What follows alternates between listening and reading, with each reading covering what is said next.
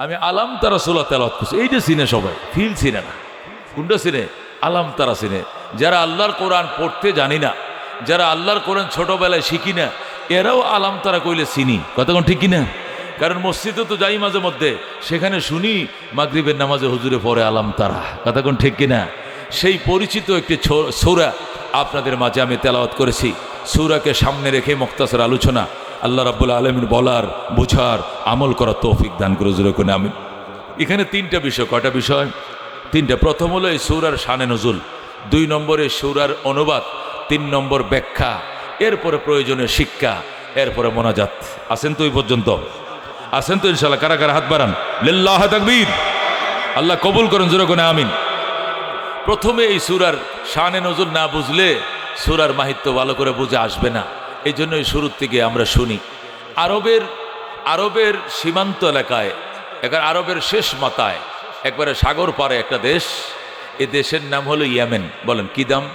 Yemen. আফ্রিকার last বর্ডারে আরবের সীমানার সাথে লাগানো আরেকটা দেশ, ওই দেশের নাম হইল আবেশিনিয়া। কি নাম? বর্তমানে ওইটাকে বলে ইথিওপিয়া। বর্তমানে কি বলে? ইথিওপিয়া। আরবের বর্ডার দেশ, ওইটা আফ্রিকার বর্ডার দেশ। দুইটার আবার কি বর্ডার একসাথে। ইথিওপিয়া হলো আফ্রিকার লাস্ট দেশ, ইয়েমেন হলো আরবের লাস্ট দেশ। দুইটার বর্ডার একসাথে, ওই পাশে আফ্রিকা, এ দেশে আরব। আল্লাহু আকবার বলেন। দুইটা দেশ পাশাপাশি। নাম কি? ইয়েমেন, আবেশিনিয়া। বলেন ইয়েমেন, আবেশিনিয়া। কটা দেশ? দুটা দেশ। ইয়েমেনের থেকে আবেশিনিয়া 6 গুণ বড়। কয় গুণ বড়? আবেশিনিয়া মানে ওই যে ইথিওপিয়া, ইয়েমেন থেকে কয় গুণ বড়? 6 গুণ বড়। ইয়েমেন 6 গুণ ছোট। বুঝছেন তো আপনারা? কিন্তু দুইটা দেশের বর্ডার পাশাপাশি। যেমন বাংলাদেশ আর ইন্ডিয়া, ইন্ডিয়া বাংলাদেশ থেকে 11 গুণ বড়। কয় গুণ বড়? বাংলাদেশ ইন্ডিয়ার থেকে 11 গুণ ছোট, কিন্তু দুইটা দেশের বর্ডার পাশাপাশি। ঠিক কিনা? ঠিক ইয়েমেন আর ইথিওপিয়া দুটি দেশ পাশাপাশি। ইথিওপিয়া 6 গুণ বড় আর ইয়েমেন 6 গুণ ছোট। দুটো দেশের মধ্যে ইথিওপিয়ার রাজার নাম ছিল নাজ্জাশী। কি নাম? নাজ্জাশী। ইথিওপিয়ার প্রেসিডেন্টের নাম কি? নাজ্জাশী। তার সেনাবাহিনী আছে। ইয়েমেনের কোনো সেনাবাহিনী নেই। ইয়েমেন ইদানিং কিছু সেনা হুতিমুতি কিছু হয়েছে সেনা, তখন শুধু আনসার আর পুলিশ দিয়ে দেশ চালাইতো, তখন কোনো সেনা ছিল না। কিন্তু আবেশিনিয়ার তখনও সেনাবাহিনী ছিল। তো নাজ্জাশী যখন আবেশিনিয়ার প্রেসিডেন্ট, তখন তার দেশের সেনা প্রধানের নাম হলো আরিয়াত। কি নাম? আরিয়াত। আলিফ রা ইয়া আলিফ তোয়া আর ইয়াত। আরিয়াত তার নাম। তিনি সেনা প্রধান, সেনাবাহিনীর প্রধান। সেনা প্রধান যিনি হয়, ওনার উপাধিটা কি হয়? Major general. কি হয়? Major general. ওনারা কি হয়? সেনা প্রধান। এরপরের যে সেনা অফিসার ছিল উনি লেফটেন্যান্ট জেনারেল আব্রাহা। ওনার নাম কি? আব্রাহা। সেনা প্রধানের নাম আরিয়াত। সেকেন্ড সেনাপ্রধান, যিনি প্রধান সেনাপতি রিটায়ার্ডে গেলে পরে যিনি সেনাপতি হবে, ওর নাম হলো লেফটেন্যান্ট জেনারেল আব্রাহা। কি নাম?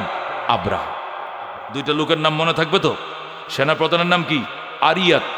সেনাপ্রধান রিটায়ার্ডে গেলে পরে যিনি সেনাপ্রধান হবে, ওনার নাম কি? Lieutenant general Abraha. এই তিনটা লোকের নাম মনে থাকলে হবে। প্রেসিডেন্টের নাম নাজ্জাশী, প্রেসিডেন্টের নাম নাজ্জাশী, সেনাপ্রধান নাম আরিয়াত, সেকেন্ড সেনাপ্রধান নাম আব্রাহা। নাজ্জাশী শৌখিন লোক ছিল। আমাদের হিন্দুস্তানের বাদশাহ শাহজাহান যেরকম শৌখিন ছিল, যখন যা মন চাইছে করছে। মন চাইছে রেশমের কাপড় পরবে, রেশমি কাপড় দিয়ে জুব্বা বানায় পরা শুরু করছে। সব মৌলবীরা কাফের ফতুয়া দিছে। এরপরে তাড়াতাড়ি এটা ছাড়ছে। মমতাজ মারা গেছে, তার নামে তাজমহল বানাইছে। পৃথিবীর সপ্তম আশ্চর্য সে বানাইছে। তো অনেক রাজারা থাকে কি একটু শৌখিন টাইপের আর কি। নাজ্জাশী ছিল খুব শৌখিন। তো নাজ্জাশী একদিন রাষ্ট্রীয় একটা অনুষ্ঠানে আব্রাহা আরিয়াতকে সামনে নিয়ে খেতে বসছে। খাওয়ার অনুষ্ঠানে বলতেছে, আব্রাহা আরিয়াত, একটা কথা ছিল আমার জীবনে, শখ শৌখিনতা তো আর অপূরণ রাখি নাই, একটাই শখ ছিল জীবনে, এটা মনে হয় আর পুরা হবে না। আরিয়াত বলে, বলেন কি স্যার, পুরা হবে না, খালি আদেশ করেন, পুরা করে দিব আমরা। পারবা? পারবো। আমার ভূগোলের নিচে ছোট্ট একটা দেশ ইয়েমেন, এটাও আলাদা থাকতে হয়। আমার মন চায় ইয়েমেনকে ইথিওপিয়ার অঙ্গরাজ্য বানাইতে, মন চায় ইয়েমেনকে আবিসিনিয়ার অঙ্গরাজ্য বানাইতে। তুমি কি পারবা এনে দিতে দেশটিকে? আরিয়াত বলে, এটা কোনো কথা? 1 ঘন্টা লাগবে, 1 ঘন্টা। কারণ ইয়েমেনের কোনো সেনা নাই, ইথিওপিয়ার কি আছে? বিরাট বড় সেনাবহর আছে। আক্রমণ করব, ছোট্ট একটা দেশ, সকালে আক্রমণ করবো, দুপুরের মধ্যে দেশ দখল। বলেনটা কি আপনি? তাহলে তুমি কি আমার এই মনের আশা পূরণ করতে পারবে? হ্যাঁ, আমি ইয়েমেন দখল করে দিতে পারবো। তাহলে এ থেকে তোমার কোনো চাওয়া পাওয়া আছে? আরিয়াত বললেন, হ্যাঁ, দুটি চাওয়া পাওয়া। কটি? আপনার মনের স্বাদ ইয়েমেন দখল করে 44 জারি করে এটাকে আবিসিনিয়ার অঙ্গরাজ্য বানানো, তাই তো? আমি করে দেব, তবে দুটি শর্ত। কটি শর্ত? 1 নম্বর শর্ত হলো, আমার পরে যে সেকেন্ড সেনা অফিসার আছে, উনি হলেন লেফটেন্যান্ট জেনারেল আব্রাহা। উনি সেনাবাহিনীর অফিসার হিসাবে একটু ঘাটতেরা অফিসার। কি তারা? গাউরারি, ঘাটতেরা অফিসার।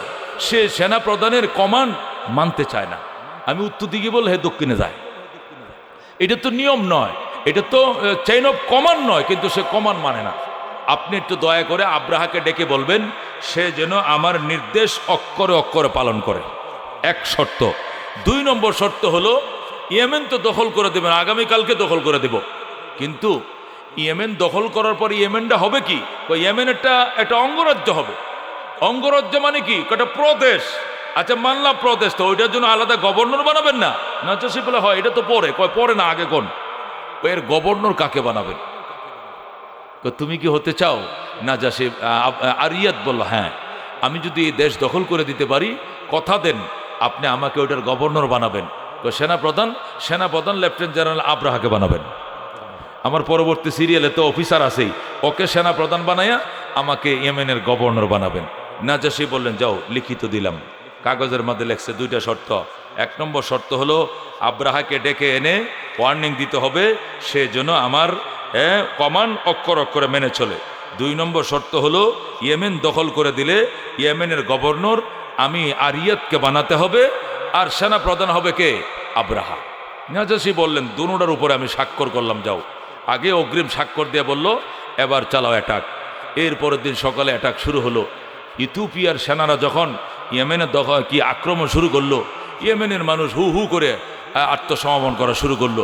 অল্প সময়ের ভিতরে ইয়েমেনকে তারা দখল করে নিল। নিয়ে ইয়েমেনের রাজধানী সনা, ইয়েমেনের রাজধানীর নাম কি? সনা নগরী সহ যত শহরগুলো ছিল, ইয়েমেন নামে রাষ্ট্র এখনো আছে। ইয়েমেন নামে একটা স্বাধীন রাষ্ট্র কি আছে? এখনো আছে। এরপরে ওই রাষ্ট্রটাকে ইথিওপিয়াওয়ালারা, আবিসিনিয়াওয়ালারা দখলে নিয়ে নিল। নিয়ে 144 জারি করে দিয়া, এরপরে আব্রাহা আর আরিয়াত ফুলের তুরা নিয়ে নাজাসির সাথে দেখা করতে গেল। যাই বলল, স্যার, আপনার মনের আশা পূরণ করে দিলাম। মানে ওই ইয়েমেন অলরেডি দখল হয়ে গিয়েছে, এবং ইয়েমেনের নিজস্ব পতাকা নামাইয়া আবিসিনিয়ার পতাকা ইয়েমেনের প্রত্যেকটা শহরে উড়াই দিছি। আল্লাহু আকবার। সুতরাং এখন আপনার মনের আশা পূরণ করছি, এখন আমার আশা পূরণ করেন। তোমার কি আশা?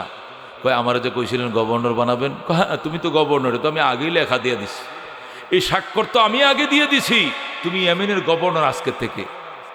আব্রাহাকে কি কইলেন? হ্যাঁ, গভর্নর মানে এটা তো আগেই কথা ছিল, ওনাকে গভর্নর বানাবো, তুমি এখন সেনা প্রধান হয়ে যাইবা, আরিয়াত হয়ে যাবে ইয়েমেনের গভর্নর। আব্রাহা বলে, মানি না।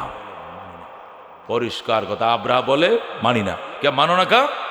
যুদ্ধ করছি আমি, জীবন বাজি রাখছি আমি, ইয়েমেন দখল করছি আমি, আর ওইটা খালি ওয়ারলেস হয়ে ঘুরছে, খালি কোনো কাম করে নাই। সে কেন গভর্নর হবে? গভর্নর হবে আব্রাহা। সে সেনাপ্রধানই থাক, আমাকে গভর্নর বানান, নাহলে আমি মানি না। প্রয়োজন আপনাকে গুলি করব। প্রেসিডেন্টে বলে, প্রয়োজনে খাইলাম আপনারে। নাজাসি কয়, না বাবা, থাম, দেখি কি করা যায়। কিরে আরিয়াত, যুদ্ধ বলি সে একা করছে, ইয়েমেন দখলের ক্ষেত্রে তুমি বলে কোনো ভূমিকায় রাখো নাই? এটা মগার কথা, গপ আপনি বিশ্বাস করেন? এটা কইছি না আগে, এটা ঘাটতেরা গাউরা কিচ্ছু মানে না। আমি বলছি এইদিকে আক্রমণ করো, সে আরেক দিকে আক্রমণ করছে। আমি যে এইদিকে ঢুকো, হ্যাঁ আরেক দিক দিয়ে ঢুকছে। কি করবো? যেমনি হোক কোনো মতো এটা নিয়ন্ত্রণে আনছি আমি। এখন উপায় কি? সে তো মানে না, তাকে বানাইতে হবে গভর্নর। তুমি বলো তোমাকে, এখন উপায় কি? আব্রাহা বলে, যদি বিশ্বাস না করেন জাহাপনা, তাহলে ওর সাথে আমার যুদ্ধ লাগাই দেন, আমরা দুইজনে যুদ্ধ করবো, যে জিতবো হেরে গভর্নর বানাইবেন। এই যে মরার বুদ্ধি বাইরেছে আর কি, বুঝেন না? এই যে মরার বুদ্ধি। নাজাসি বলে, ঠিক আছে। বিরাট বড় ক্যান্টনমেন্টের মধ্যে বড় মাঠ থাকে না, প্রশিক্ষণ মাঠ, বড় মাঠের মধ্যে এক পাশে আব্রাহা, এক পাশে আরিয়াত। একজন সেনাবাহিনীর প্রধান আর একজন সেকেন্ড সেনা প্রধান, দুইজনে একজন একজনকে গুলি করে, আব্রাহা গুলি করে, আরিয়া ফিরে ফেলে। আর ইয়েতে গুলি করে আব্রাহ ফিরিয়ে ফেলে, আবার আব্রাহা কি করে ফায়ার করে আর ইয়েতে ফিরিয়ে ফেলে, আবার আর ইয়েতে ফায়ার করে আব্রাহ ফিরিয়ে ফেলে। গুলি বিনিময় হতে হতে হতে হঠাৎ করে আব্রাহার গুলি উড়িয়ে নিল আরিয়াতের মাথার খুলি। স্পট ডেড, সেনাপ্রধান স্পট ডেড, মারা গেল। আব্রাহা বেঁচে গেল, সেনাপ্রধান মারা গেল। সেনাপ্রধানের মাথার খুলি নিয়া নাজাশির দরবারে আব্রাহা হাজির। স্যার দেখলেন, বলছিলাম আমি যে কোনো যুদ্ধই বোঝে না, আমার সাথে সে পারে নাই, সে কি করে সেনাপ্রধান ছিল 10 বছর, আমাকে জবাব দেন। নাজাশি কয়, থাক বাবা, এখন তো তোমার রাস্তার কাঁটা পরিষ্কার হয়েছে, এটা তো মরছেই। পরে জানাজা টানাজা পইরা এরপরে আব্রাহাকে গভর্নর বানানো হলো। কোথাকার? ইয়েমেনের। এখন সেনাপ্রধান কে হবে? সেনাপ্রধান তো মারা গেছে। আব্রাহার পরে যিনি ছিল লেফটেন্যান্ট জেনারেল, আরেকজন অফিসার, উনাকে ইয়েমেনের গভর্নর বানাইয়া আব্রাহা কি করা হয়েছে? সেনাপ্রধান বানাই ইথিওপিয়ার আব্রাহাকে ইয়েমেনের গভর্নর বানানো হয়েছে। এবার আব্রাহা, ইয়েমন তো যুদ্ধ বিধ্বস্ত দেশ, একটা দেশে যুদ্ধ হইলে তো কিছু থাকে না, থাকে কিছু থাকেন। রাশিয়া কি ইউক্রেনের কিছু রাখছে? যারা আন্তর্জাতিক বাজারের খোঁজখবর রাখেন এরা তো জানেন ইউক্রেনের কিছু নাই। ইউক্রেনে পানি নাই, গ্যাস নাই, বিদ্যুৎ নাই, ঔষধ নাই, খাবার নাই, চাকরি নাই, বাকরি নাই, কিচ্ছু নাই। সমস্ত অবকাঠামোগুলোকে মাটির সাথে মিশিয়ে দিয়েছে রাশিয়া। এই যে দেখেন ইসরায়েলের সাথে ফিলিস্তিন লাগছে, ফিলিস্তিনের ঘরবাড়ি 70% ধ্বংস করে দিছে। কতক্ষণ ঠিক না? একটা ঘরবাড়ি ঠিক মতো নাই, ধ্বংস করে দিয়েছে। এটা তো সিস্টেম, এটা বিধান। বিলকিস বলেছিল, যখন সুলাইমান চিঠি লিখেছিলেন তখন বিলকিস বলেছিল, সেনাপ্রধান যুদ্ধ করবি? তখন সেনাপ্রধান বলছিল, করমু। বিলকিসকে দমটা বন্ধ কর, আর কথা কবি না। ইন্নাল মুলুকাম ইদা দাখালু কারিয়াতান আফসাদুহা ওয়াজআলু আইজ্জাতা আহলিহা আযিল্লাতান ওয়া কাযালিকা ইয়াফআলুন। নিশ্চয়ই শক্তিশালী রাজারা যখন দুর্বল দেশে আক্রমণ করে, আফসাদুহা দেশটাকে মাটির সাথে মিশায় ফেলে। কথা কোন ঠিক কিনা? ওয়াজআলু আইজ্জাতা আহলিহা আযিল্লাতান, এবং ওই অঞ্চলের যারা সম্মানিত নেতৃস্থানীয় মানুষ থাকে এদেরকে চূড়ান্ত অপমান অপদস্থ করে। ও কাযালিকা ইয়াফআলুন। সুতরাং সুলাইমান যদি বিলকিসের দেশে আক্রমণ করে বিলকিসকে এমন পরিণতি ঘটাবে, সুতরাং যুদ্ধ করা যাবে না। এই জন্য রানী বিলকিস সুলাইমানের সাথে কি করে না, যুদ্ধ না করে সিলিন্ডার করে হাজির হয়েছে। এটা আলাদা একটা ইতিহাস, এটা আজকে আমার বলার বিষয়বস্তু নয়। অর্থাৎ আল্লাহর কোরআনে যে কথাটা আসছে সেটা বাস্তব কথা। যুদ্ধ বিধ্বস্ত দেশে কিছু থাকে না। আব্রাহা গভর্নর হয়েছে কথা সত্য, আরিয়াতকে হত্যা করে নিজে গভর্নর হয়েছে, কিন্তু ইয়েমেনের স্কুল ভাঙ্গা, কলেজ বাংলা, মাদ্রাসা ভাঙ্গা, মসজিদ মন্দির সব ধ্বংস হয়ে গেছে, ফুল ব্রিজ কিচ্ছু নাই। এই জন্য আব্রাহা নাজাশির কাছে যায়, বলে, জাহাপনাম, কেন্দ্রীয় সরকার প্রধান আমাকে অর্থ দেন, ফান্ড দেন, আমি এমন পুনর্গঠন করব। তখন নাজাশি অনেক টাকা পয়সা দিছে। এই টাকা পয়সা দিয়ে যখন আব্রাহা ইয়েমেনকে পুনর্গঠন শুরু করলো, রাত দিন কাজ শুরু করলো, বিরামহীন দেশ উন্নয়নের জন্য আব্রাহা কাজ করতেছে। টাইমের বাদ টাইমে খাওয়ার সুযোগ নাই, ঘুমানোর টাইমে বিশ্রামের সুযোগ নাই। আব্রাহা অবিরাম বিনা বিশ্রাম সে কাজ করে চলেছে ইয়েমেন পুনর্গঠনের জন্য। এইভাবে দিন যায়, রাত পোহায়। হঠাৎ করে এসে গেছে জিলহজ মাস। কিসের মাস? হজের মাস। ইয়েমেন থেকে হাজার হাজার মানুষ যারা পয়সাওয়ালা ছিল, খ্রিস্টান যুগ ছিল তখন। কোন যুগ ছিল? খ্রিস্টীয় যুগ ছিল। ঘটনাটা আমার নবীর জন্মের আরো 2 মাস আগে, যেহেতু নবীর জন্মের 2 মাস আগের ঘটনা, সুতরাং ওই সময় তো ইসলাম আসে নাই, খ্রিস্টান ধর্ম ছিল। ইসলাম তো আমার নবীর মাধ্যমে আসছে। কথা কোন ঠিক কিনা? আমার নবীর জন্মের যেহেতু 50 দিন আগের ঘটনা, ওই সময় ইসলাম ছিল না, খ্রিস্টান ধর্ম ছিল, ঈসা আলাইহিস সালামের ধর্ম ছিল। এই জন্য মুসলমান খ্রিস্টীয় যারা ছিল ইমানদার, ওরা হাজার হাজার খ্রিস্টানরা উটের ফিটে করে, আর কিসের গাদার ফিটে করে, ঘোড়ার ফিটে করে লব্বাইক আল্লাহুম্মা লব্বাইক, লব্বাইক লা শারীকা লাক লব্বাইক, ইন্নাল হামদা ওয়ান নি'মাতা লাকা ওয়াল মুলক লা শারীকা লাক বলে মক্কার দিকে ছুটছে। সুবহানাল্লাহ। আব্রাহা তো ইয়েমেন পুনর্গঠন নিয়ে ব্যস্ত। কিরে, আমগো দেশের মানুষ যায় কই? এই সব ঘোড়ায় করে কই যায়? আল্লাহর ঘরে যায়। কেন?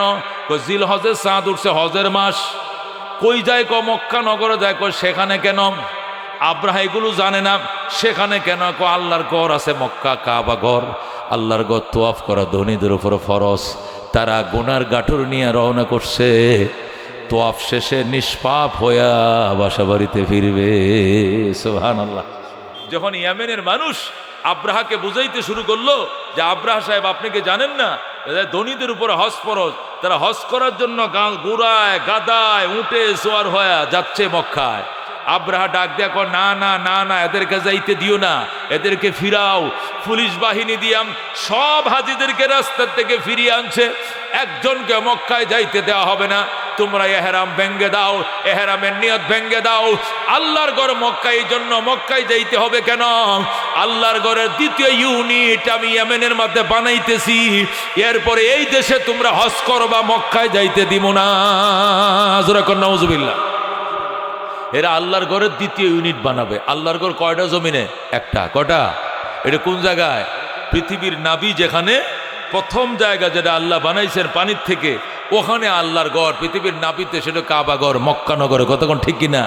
যে আব্রাহা বেকুব মনে করছে পয়সা হইলেই মনে হয় আল্লাহর ঘর বানানো যায়। কতক্ষণ ঠিক কিনা? এই জন্য আব্রাহাম ইয়েমেনের হাজিদেরকে রাস্তার থেকে সব ফিরে নিয়ে আসছে। আইনে কয় এহরাম ভাঙ্গ, সাদা কাপড় খুলো, আবার সেলাই করা কাপড় পরো। মক্কা যাওয়া যাবে না, মাত্র 6 মাস সময় দাও। 6 মাসের ভিতরে ইয়েমেনের রাজধানী সোনায় আমি আল্লাহর ঘর, ওইটা একটা দামি ঘর আমি এখানে বানাইতেছি। জোরে কোন নাউজুবিল্লাহ। এখন ইয়েমেনের মানুষ করবে কি? যেহেতু এই সেনা শাসন চলছে এখানে, 44 জারি দেশের মধ্যে, বলার তো সুযোগ নেই। 3 জন লোক একসাথে চলা নিষেধ, 5 জন লোক একসাথে বসা নিষেধ। 144 জারি দেশের ভিতরে এখানে সেনা শাসন চলছে, যা বলে তাই মানতে হয়, আর কিছু করার সুযোগ নাই। সমস্ত মানুষ হজের এহরাম খুলে আবার ঘর ভিতরে ঢুকছে, ঢুকে হজ বন্ধ। এদিক দিয়ে আব্রাহা খোদার ঘর বানানো নিয়ে ব্যস্ত। অল্প দিনের ভিতরে দামি দামি পাথর সংগ্রহ করে ইয়েমেনের রাজধানী সোনাতে সে আল্লাহর ঘরের দ্বিতীয় ইউনিট তৈরি করেছে। জোরে কোন নাউজুবিল্লাহ। সুন্দর করে দামি পাথর দিয়ে ঘর তৈরি করে এবার নাজাসির কাছে চিঠি পাঠিয়েছে, নাজাসি সাহেব, আপনি কেন্দ্রীয় সরকার প্রধান, আমার মাধ্যমে এ দেশ দখল করেছেন, আমাকে এই দেশের গভর্নর বানিয়েছেন, দেশটাও দেখে যান। এবং এখানে আমি একটা বাইতুল্লাহ বানাইছি, একটা ঘর আছে মক্কানগরে, ওইটার তোয়াফের জন্য এই দেশের মানুষ গাদায় ঘোড়ায় সোয়ার হয়ে অনেক কষ্ট করে যেতে হয় সেই দেশে। এই জন্য আমি তাদের হজ এবং উমরা সুবিধার্থে আমি আল্লাহর ঘর দ্বিতীয়টা এই দেশে তৈরি করেছি, এটা উদ্বোধন করতে দিয়ে যান আগামী সোমবার দুপুর 2টা। টাইম দিয়েছে নাজাসি, কই ঠিক আছে আমি আসতেছি, যাও, এটা সোমবার দিতে উদ্বোধন হবে। এরপরে আব্রাহ এসে বলল, প্রিয় ইয়েমেনবাসী, আপনাদের হজ এবং উমরা সুবিধার্থে আমি আল্লাহর ঘরের দ্বিতীয় ইউনিট তৈরি করেছি। আগামী সোমবার 2টায় কেন্দ্রীয় সরকার প্রধান এসে এটিকে উদ্বোধন করে দিয়ে যাবেন, পাবলিকের জন্য উন্মুক্ত করে দিবেন।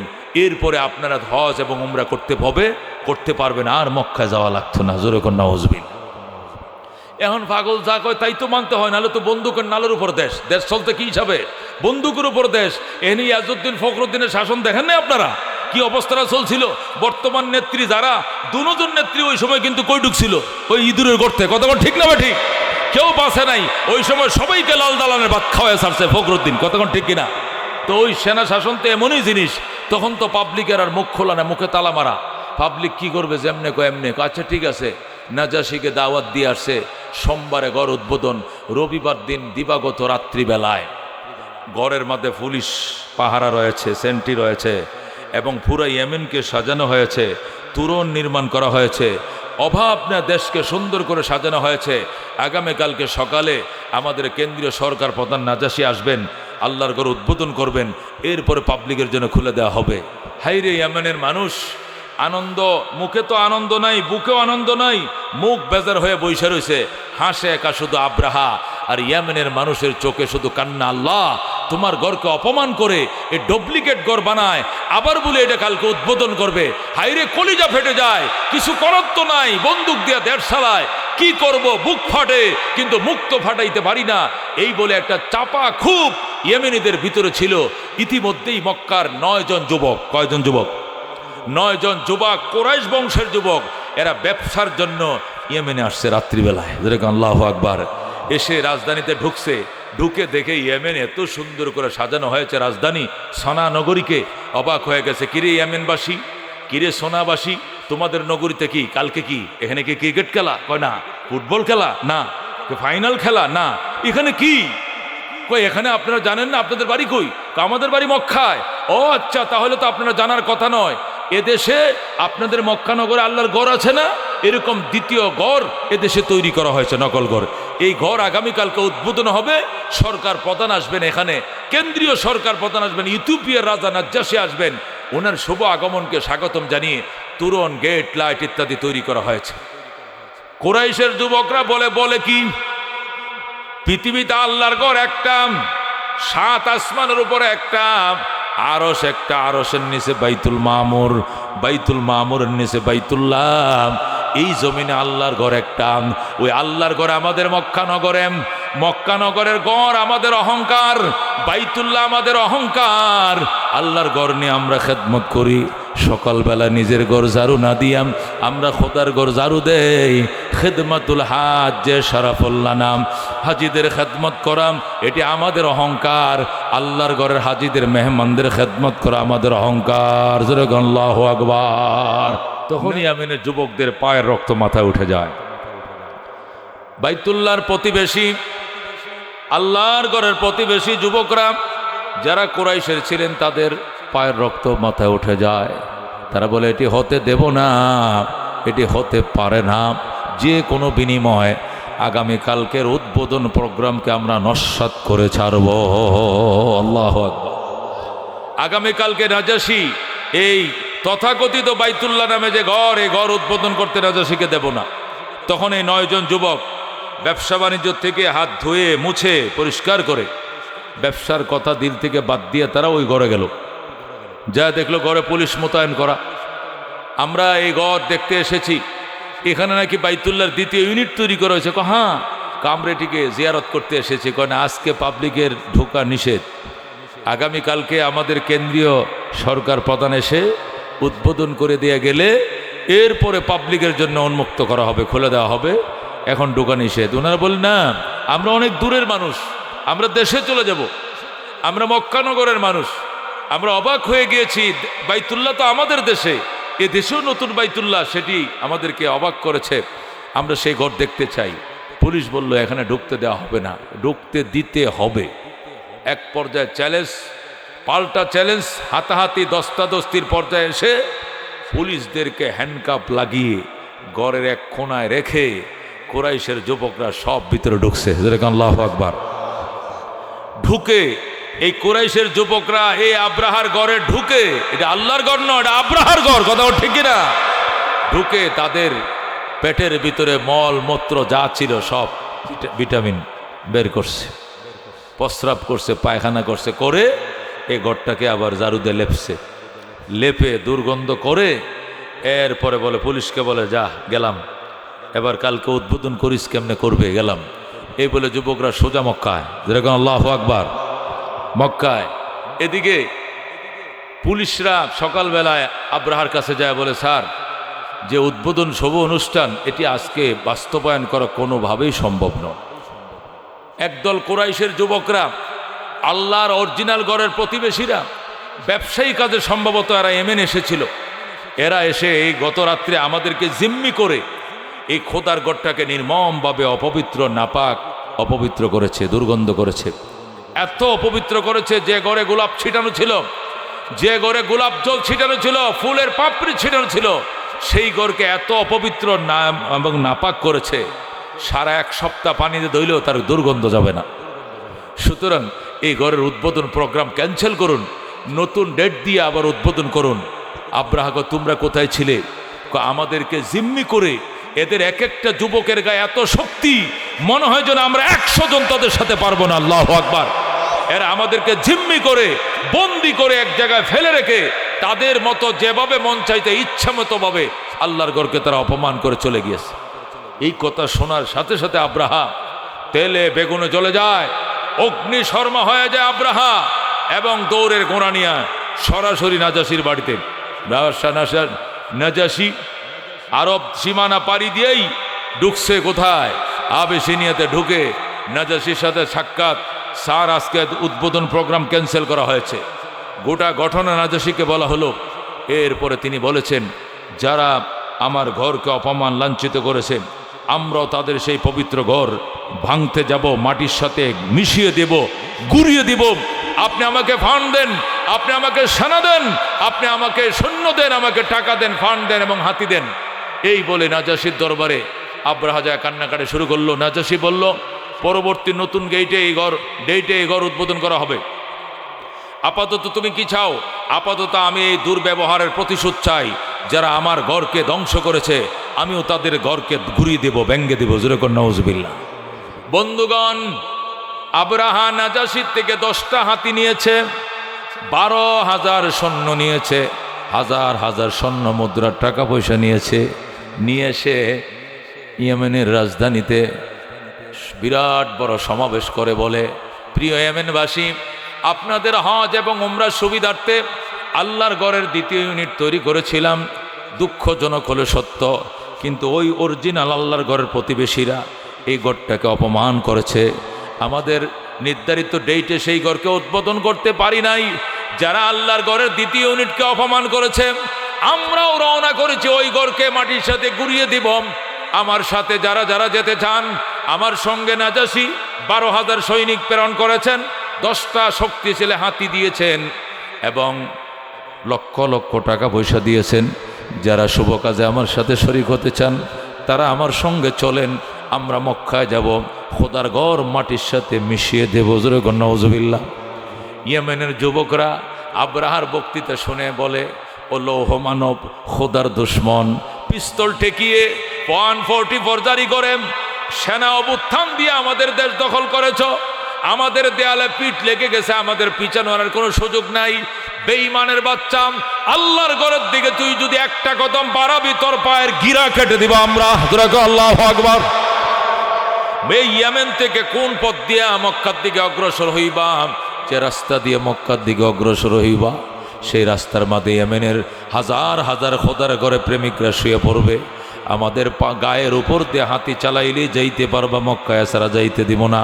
এই বলে ইয়েমেনের হাজার হাজার যুবক স্বেচ্ছায় মাটিতে শুয়ে যায়, রাস্তার পাশে শুয়ে যায় আর বলে, ইয়েমেনের ও আব্রাহা, যদি তুমি আল্লাহর ঘর ভাঙতে যাও এই রাজপথ দিয়ে তো যাইবাম।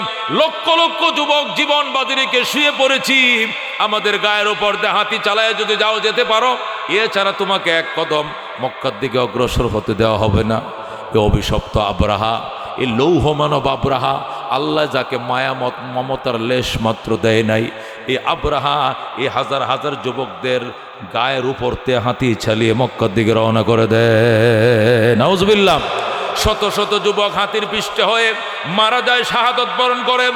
ওই সময়কার যখন এই ঘটনা ঘটে, ওই সময় খ্রিস্ট ধর্ম ছিল, খ্রিস্টান যে পপ ছিলেন, খ্রিস্টান পাদ্রী যারা ছিল ইয়েমেনের মধ্যে, তারা যুবকদেরকে রাস্তার থেকে উঠায়, যারা শাহাদত বরণ করে তাদেরকে দাফন কাফন করে, বাকিদেরকে রাস্তা থেকে উঠিয়ে নিয়ে যায়। এইভাবে স্বেচ্ছায় মৃত্যুবরণের প্রয়োজন নাই। সবাই গির্জায় ঢোকো, এই জালেমের বিরুদ্ধে আল্লাহর দরবারে মোনাজাত শুরু করো, বদদুয়া শুরু করো। এমন বদদুয়া করবা যতক্ষণ পর্যন্ত আসমানের মালিকের পক্ষ থেকে সিগন্যাল না আসবে এতক্ষণ মোনাজাত বন্ধ করা হবে না। আল্লাহু আকবার। তাফসীরে রুহুল মাআনিতে লেখে, ওই জগতে ইয়েমেনের যিনি পপ ছিলেন, খ্রিস্টানদের পপ মানে বড় আলেম, প্রধান আলেম যিনি ছিলেন, উনার নেতৃত্বে বিশাল বড় গির্জার ভিতরে শুরু হয়েছে মোনাজাত। পপ মোনাজাত করে, লক্ষ লক্ষ ইয়ামিনবাসী আমিন আমিন বলে কান্দে। আল্লাহর দরবারে তারা ফরিয়াদ করে, আল্লাহ, যে অভিশপ্ত আব্রাহাম তোমার ঘর ভাঙ্গার জন্য রাস্তায় বেরিয়েছে, আল্লাহ তোমার দরবারে আমাদের ফরিয়াদ। আমাদের শত শত যুবক হাতির পায়ের নিচে পিষ্ট হয়ে শাহাদত বরণ করেছে। যুবকদের রক্তের উসিলায়, আমাদের চোখের পানির উসিলায়, যে দুশ্মন তোমার ঘর ভাঙতে যায় রাস্তার মাঝে তুমি তার ঘাড় ভেঙ্গে দাও। আল্লাহু আকবার। এই বলে যখন ইয়েমেনের আল্লাহু আকবার, ইয়েমেনের ইমানদাররা মোনাজাত শুরু করলো, কাঁদতেছে, মোনাজাত চলতেছে, কাটা মুরগির মতো মানুষ গড়াইতেছে, কাঁদতেছে, আমিন আমিন বলতেছে, চোখের পানি দিয়ে মনে হয় স্রোত শুরু হয়ে গেছে।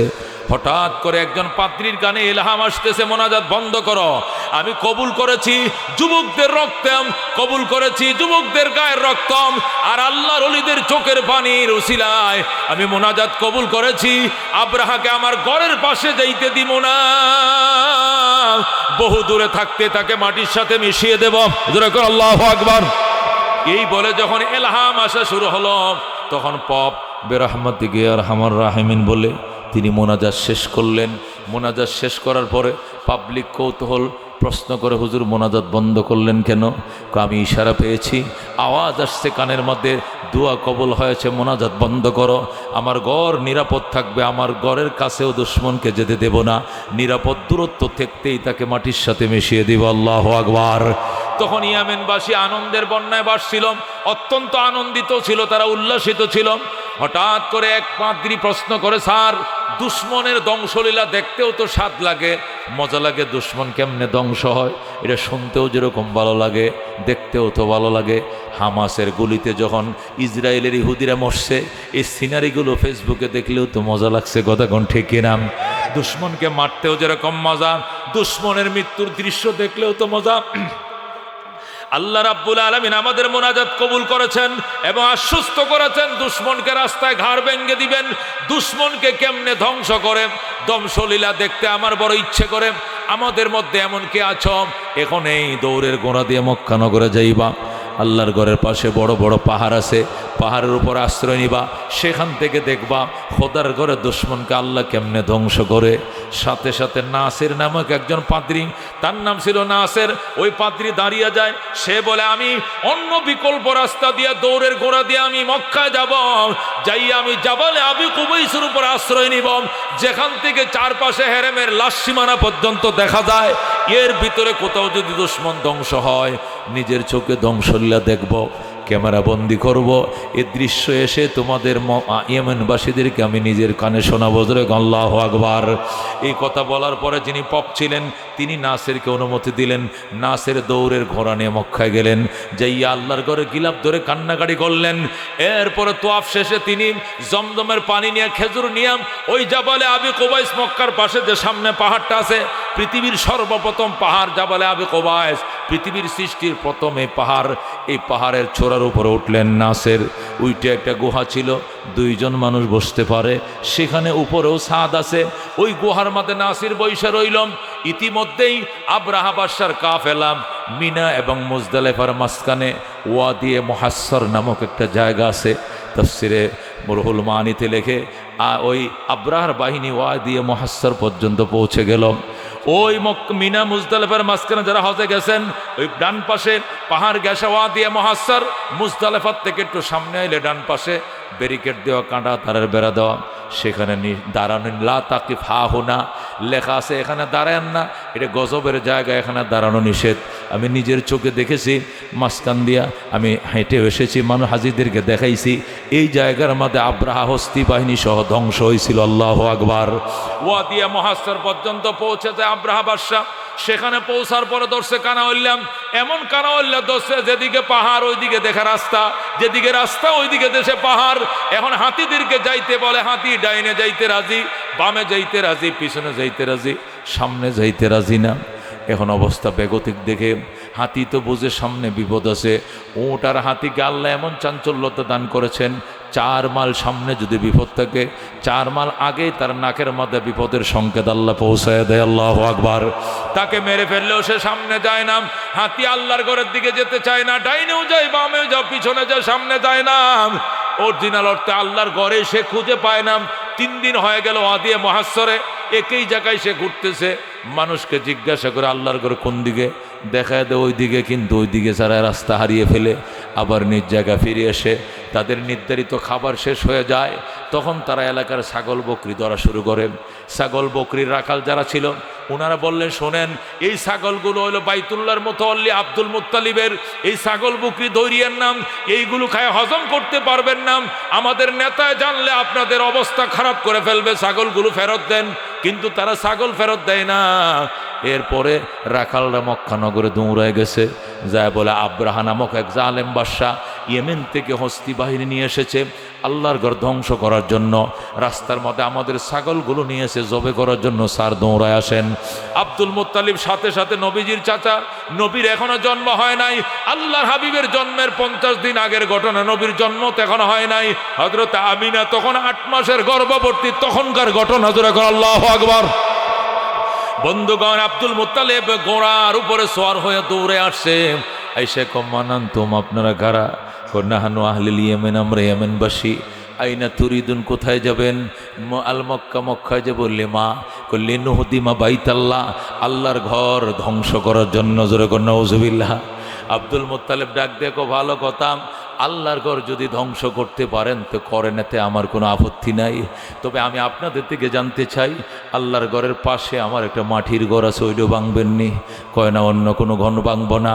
আব্দুল মুত্তালিব বলেন, ওই পাশের ঘরটা মাটির, এটি যদি ভাঙতে মন চায় তাহলে আমাকে বলেন, শুধু অর্ডার দেব, গিরা ছড়ায় ফেলাবে। জোরে আল্লাহু আকবার। আব্রাহা বলে, না, আমরা অন্য কারো ঘর ভাঙবো না। আপনি কে? আব্দুল মুত্তালিব বলেন, আমি মুতাল্লিব বাইতুল্লাহ, আমি আল্লাহর ঘরের মুতাল্লি, কাবার মুতাল্লি, মক্কার আমি লিডার, মালিক ও মক্কাতিল মুকাররমা, মক্কা মুকাররমার প্রেসিডেন্ট আমি, বাইতুল্লাহর মুতাল্লি। আল্লাহর ঘর আমি ভাঙবো, এই নিয়ে আপনার কোনো মাথা ব্যথা নাই, তাহলে এই ঘরের মুতাল্লি কেমনে হইলেন আপনি? আব্দুল মুত্তালিব ডাক দেখো, শোনেন, এই ঘরের তো একটা পরিচয় আছে, ঘরের নাম হলো বাইতুল্লাহ, মানে আল্লাহর ঘর। এই ঘরের মালিক আছে, যদি এই ঘরের কোনো মালিক থাকে তার ঘর সে বাঁচাবে।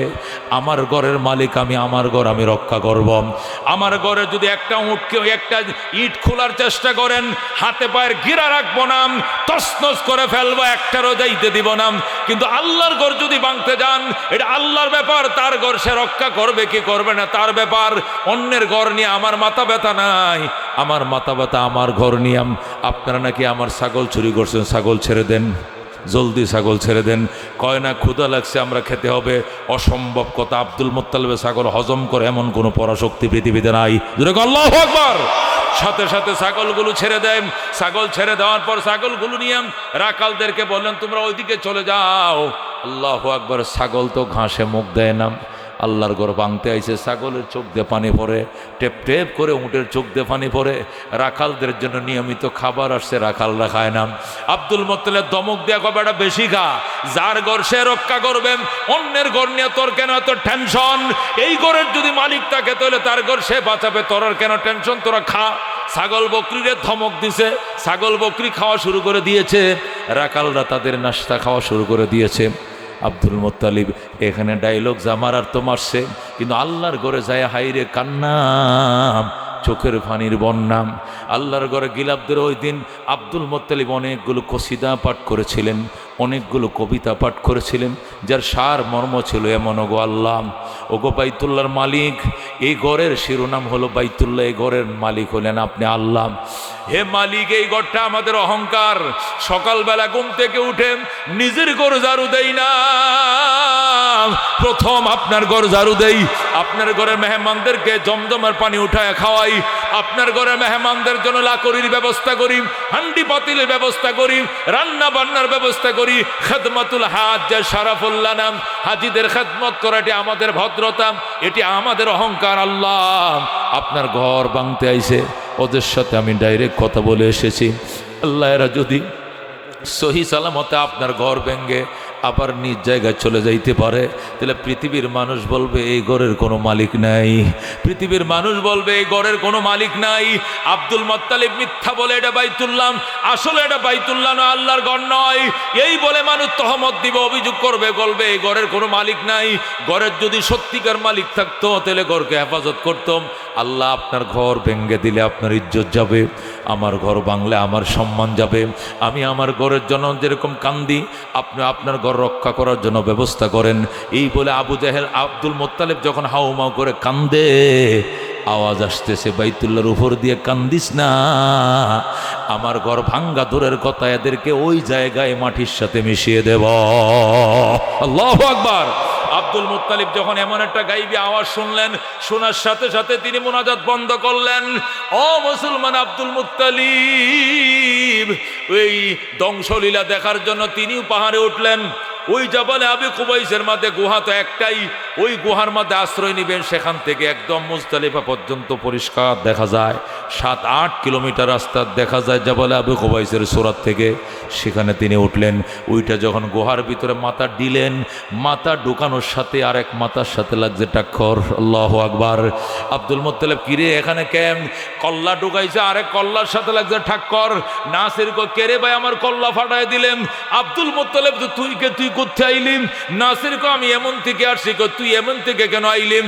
ভাই তুমি কি জানো না তুমি আল্লাহর ঘরের মুতাল্লি কেমনে হইলাম? তোমার ঘর ভাঙ্গার জন্য ওই দেখো দুশমন এসে গেছে। আব্দুল মুত্তালিব কয় আমি জানি না, তো জানে কেডা? আমি তো এদের সাথে মাত্র কথাও বলে আসছি। আল্লাহু আকবার। তুই কবে আইসস? আমি ইয়েমেন থেকে আসছি 2 দিন আগে। আব্দুল মুত্তালিব বলে কেন আসছ? আমাদের এই বাদশা তো আমাদের দেশ থেকে এসেছে, তার বিরুদ্ধে আমরা বদদুয়া করেছিলাম, আল্লাহ আমাদেরকে আশ্বস্ত করেছেন তাকে ধ্বংস করবেন। ধ্বংসলীলা দেখার জন্য 2 দিন আগে এখানে আমরা আশ্রয় নিয়েছি। আব্দুল মুত্তালিব কয় 2 দিন থেকে তুমি এখানে? কয় হ্যাঁ। তুমি কোনো আলামত দেখছো নি? নাসের কয় ভাই দেখছি, নিশিরাত যখন হয় গভীর রাত্রে দেখি ওই আরব সাগরের দিক থেকে পাখি ঝাঁকে ঝাঁকে আসে। আল্লাহু আকবার। এদের পায়ের পাতাগুলো লাল, ঠোঁট 2টা লাল, 2 পাতায় 2টা পাথর, ঠোঁট দিয়ে কামড় দিয়ে রাখে একটা পাথর, 3-3টা বোমা নিয়ে আল্লাহর ঘরের উপরে কুটি কুটি পাখি এমন রাউন্ড দেয় মনে হয় যেন আল্লাহর ঘর পাহারাদারির জন্য তারা মহড়া লাগায়। আল্লাহু আকবার। এই দৃশ্য তোর কয়বার দেখছস রে নাসির? আব্দুল মুত্তালিব জিজ্ঞাসা করে নাসিরকে আমি 2 বার দেখছি, 2 রাত 2 বার দেখছি। শেষ রাত্রে ঘটনা ঘটে। আব্দুল মুত্তালিব কয় তাহলে রাউন্ড আর একটা বাকি আছে, 3 নম্বর রাউন্ড যখন আসবে তখন এই কামলীলা শেষ। আব্দুল মুত্তালিব বলে নাসিরের সাথে কথা বলতে বলতেই হঠাৎ করে পাখির কিচিমিচি শব্দ শুনলাম। ছায়া দেখে পাখিদের ঝাঁকের কারণে আকাশ ডাইকা গেছে, আকাশ দেখা যায় না। সুরমা কালারের পাখি, পাখিগুলোর কালার সুরমার মতো, ঠোঁটগুলো লাল, পায়ের পাঞ্জাগুলো 2টা লাল, 2 পায়ের মাঝে 2 পাথর, সোনাবুড়ের ডাইলের থেকে একটু বড় হবে মাথর, মার্বেলের মতো 2টা পাথর 2 হাতে 2 পায়ে, আর ঠোঁট দিয়ে কামড় দিয়ে রাখছে 1 পাথর নিয়ে আল্লাহর ঘরের উপর 2.5টা কোরআন দিছে। দিয়াই ওই ওয়া দিয়ে মুহাসসির যাইয়াম এমন ভম্পিং শুরু করছে, পাথরের বৃষ্টি শুরু হয়ে গেছে। কয়েক মিনিটে হাতিও নাই, হাতি চালকও নাই, সেনা সৈন্য নাই, সব মাটির সাথে মিশে যায়। আল্লাহু আকবার। আব্দুল মুত্তালিব বলে আমরা 2 জন, আমি আর নাসির, এখানে থেকে জাবালে আবি কুবাইসের গুহার থেকে দৃশ্য দেখে এরপরে দৌড়ায় নামলাম। যাইয়া কিনারে যায় দেখি পাথর স্তূপ পড়ে গিয়েছে, অন্য কিছু নাই, পাথর। আব্দুল মুত্তালিব বলে সেখানে একটা পাথর হাতে নিয়ে দেখি পাথরের এক পাশে পাখির নাম লেখা, অপর পাশে কার গায়ে আঘাত করবে ওই দুশ্মনের নামও তার অপর পিঠে লেখা। আল্লাহু আকবার। এই দৃশ্য দেখার পরে আব্দুল মুত্তালিবকে অবাক হয়ে গেলাম। আরব জাহান তো পাথরের দেশ, বালু পাথরের দেশ, এই দেশে পাথরের অভাব নাই, কিন্তু আল্লাহ এই অভিযানের মধ্যে আরবের একটা পাথরও ব্যবহার করে নাই। ওই পাথরগুলো আলাদা ব্রিক পিলে আল্লাহ কুদরতি পাওয়ার দিয়ে তৈরি করেছে। আল্লাহু আকবার। মুফাসসিরিনে কেরাম এই পর্যন্ত শানে নজুল টানার পর এরপরে তরজমা করে আলাম তারাম কাইফা ফাআলা রাব্বুকা বিআসহাবিল ফিল। আল্লাহ রাব্বুল আলামিন নবীজির জন্মের 50 দিন আগের ঘটনা বয়ান করতেছেন নবীর জন্মের 50 বছর পরে। যেরকম সুবহানাল্লাহ, নবীজির জন্মের 50 দিন আগের ঘটনা। অথচ এই সূরা যখন নাজিল করেন তখন নবীজি নবী হওয়ার আর কি নবীজির জন্মের 50 বছর পরের ঘটনা, অর্থাৎ নবুয়তের 10ম হিজরি সনে নবী হওয়ার আরো 10 বছর পরে এই সূরা নাজিল হয়। তার মানে জন্মের 50 দিন আগের ঘটনা, আর সূরা ফিল নাজিল করেছেন জন্মের 50 বছর পরে। যেরকম আল্লাহু আকবার। আল্লাহর হাবিব জন্ম হওয়ার 40 বছর পরে নবী হইছেন, নবী হওয়ার আরো 10 বছর পর এই সূরা নাজিল করে আল্লাহ বলেন আলাম তারা কাইফা ফাআলা রাব্বুকা বিআসহাবিল ফিল। আমার বন্ধু আলাম তারা, আপনি কি দেখেননি? আমার বন্ধু আপনি কি দেখেননি? নবীকে কি দেখতাম? কাইফা ফাআলা আইয়া ফাইলিন ফাআলা, কেমন আচরণ করেছেন রব্বুকা আপনার রব বিআসহাবিল ফিল, হস্তি বাহিনীর সঙ্গে। আল্লাহু আকবার। আল্লাহ বলেন আমার বন্ধু আপনি কি দেখেন নাই কেমন আচরণ করেছেন আপনার রব হস্তি বাহিনীর সঙ্গে? নবীকে আমি কেমনে দেখবো? আমার জন্ম হয়েছিলেন ওই টাইমে, ওই সময় তো আমি মায়ের পেটে ছিলাম। আপনি যেমনে কন মনে হয় যেন আমি ওই দিন আসিলাম, আমি তো দুনিয়ায় থাকি না, দেখবো কেমনে? আল্লাহ প্রশ্ন করেন আলাম তারা, আমার বন্ধু তুমি কি দেখোনি কাইফা ফাআলা রাব্বুকা, কেমন আচরণ করেছেন আপনার রব বিআসহাবিল ফিল, হস্তি বাহিনীর সঙ্গে? আলামিয়া আল কাইদাহুম, আপনার রব কি তাদের ষড়যন্ত্রকে করে দেয় নাই? ফি তাদলিল নস্বাত, অর্থাৎ আপনার রব কি তাদের ষড়যন্ত্রকে নস্বাত করে দেয় নাই, দুলিশ্বাত করে দেয় নাই? আল্লাহ দুইটা প্রশ্ন করার পর নবী বলেন, নস্বাত কেমনে করছে আমি কেমনে দেখব, হস্তি বাহিনী কেমনে পাঠাইছে আমি কেমনে দেখব? আমার জন্মের 2 মাস আগের ঘটনা, বিস্তারিত বিবরণ আমাকে নতুন করে শোনান। তখন আমার আল্লাহ বলতে শুরু করলেন, ওয়া আরসালাম আলাইহিম তৈরান আবাবিল। আমার বন্ধু ঘটনার বিবরণ শোনেন। আপনার রব হস্তি বাহিনীকে ধ্বংস করার জন্য পাঠাইলেন তৈরান পাখি, আবাবিল ঝাঁকে ঝাঁকে। আল্লাহু আকবার। আবাবিল এটা পাখির নাম না। আবাবিল ইব্বুলুনের বহু বচন আবাবিল, অথবা ইব্বিলুনের বহু বচন আবাবিল। লুগাত করলে দেখেন ইব্বুলুন বা ইব্বিলুনের বহু বচন আবাবিল, এর অর্থ হলো জামাতান বাদা জামা, মানে দলে দলে ঝাঁকে ঝাঁকে।